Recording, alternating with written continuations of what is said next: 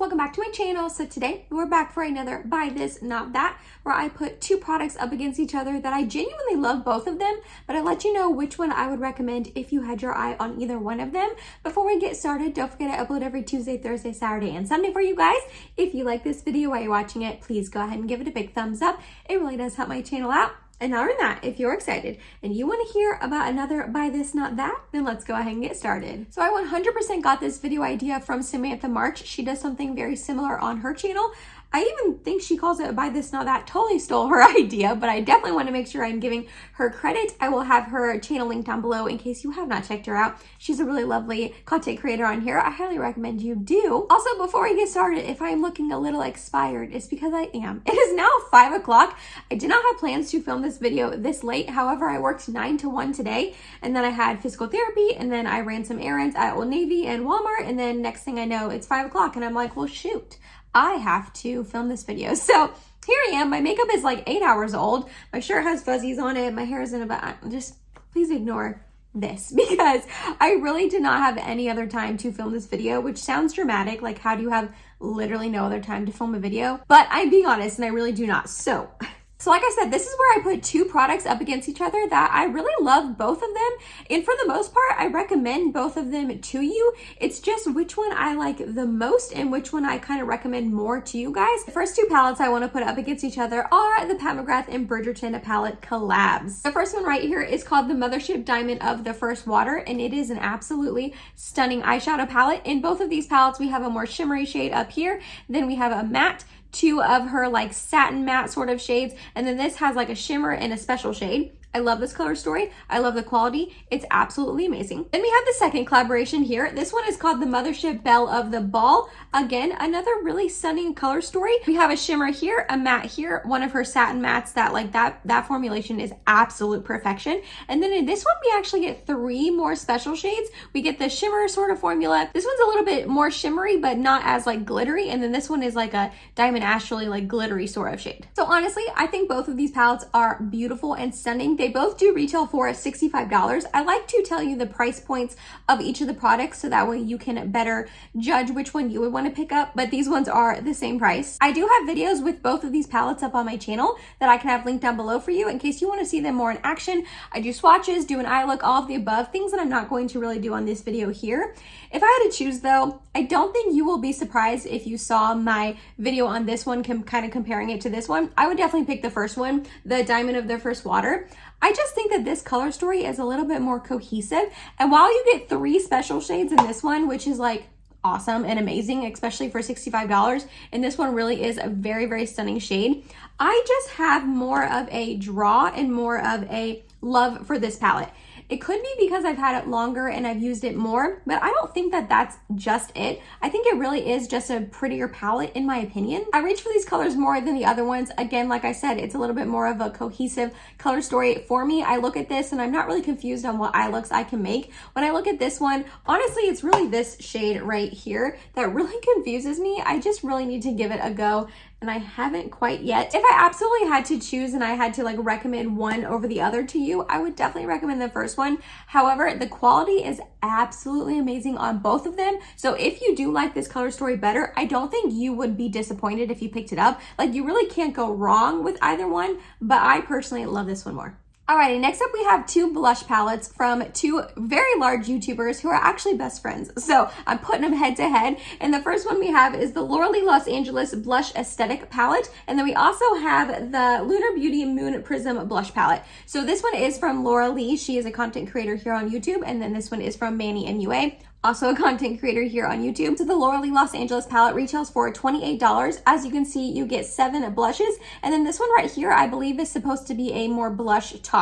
You have a really nice variety of tones in this palette, and they are going to be a little bit more poppy and punchy on the cheeks, especially these more brighter shades.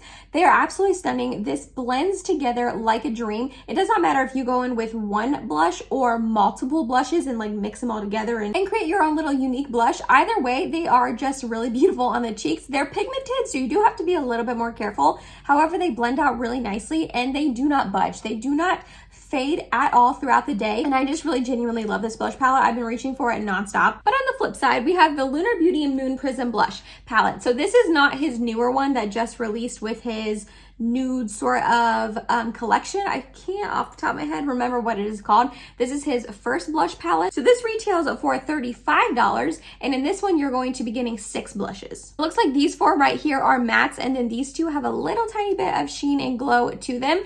These are not as poppy and punchy as the Laura Los Angeles ones. They're going to be a little bit more subdued on your cheeks. However, just like the Laura Los Angeles ones, they are beautiful. They blend in nicely. They last all day long. This really is a really stunning blush palette. But if I had to choose, I would choose the Blush Aesthetic palette. There's something about these tones, and I personally just really like how poppy and punchy they are on the cheeks, but I also like a really blushing sort of look. I think if you personally like a more toned down look, I would definitely go with the Lunar Beauty, but if your preferences in blush is similar to mine and you want that wear time and that beautiful bright poppy shades, I definitely would go with this one. Like I said, this one is beautiful too, but I am going to go ahead and declutter this to one of my friends and send it her way. She mentioned in one of her YouTube videos that she wanted to try this blush palette out, so I texted her and was like, hey, if you want me to send this your way and mail it to you, I would be more than welcome to do so. It's a beautiful palette and I think you'd get a lot of use out of it, and she said, heck yeah, thank you so much. So like I said, if you like a more subdued blush, I would probably go with this one, but if your preferences are similar to mine,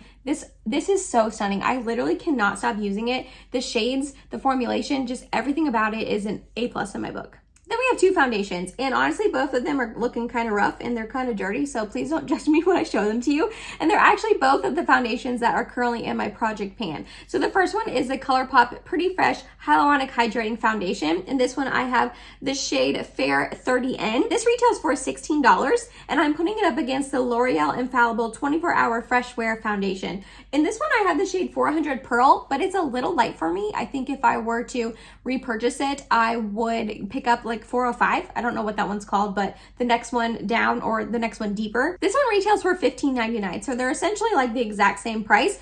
So I'm putting them up against each other because they are very, very similar on the skin. Both of their textures are really similar. They're a little bit thinner of a formulation, so they're a little bit runny and watery. Not super watery, but just a little bit on the thinner side. They both do blend in very nicely to the skin. They have a very similar finish on the skin, like coverage wise as well as how it looks on the skin. So coverage wise, both of these you're gonna get about a medium. You can build it up a tiny bit, but not too much. Both of them are gonna give you like a really nice, fresh sort of look on your skin. They're not matte at all, but they're not too dewy. They're kind of the most perfect in between like natural finish. This one does have sunscreen in it. It has broad spectrum SPF 25, so keep that in mind in case SPF breaks you out or you don't enjoy that in your foundation. This one does not have any SPF that I know of. This one I've been through one whole container in the past and repurchased it, and this one is almost gone. Like I said, it's in my project pan. I'm trying to use it up, so it probably has a little bit less than that since I've been using it a couple times. This one is my first container of it, and as you can see, it's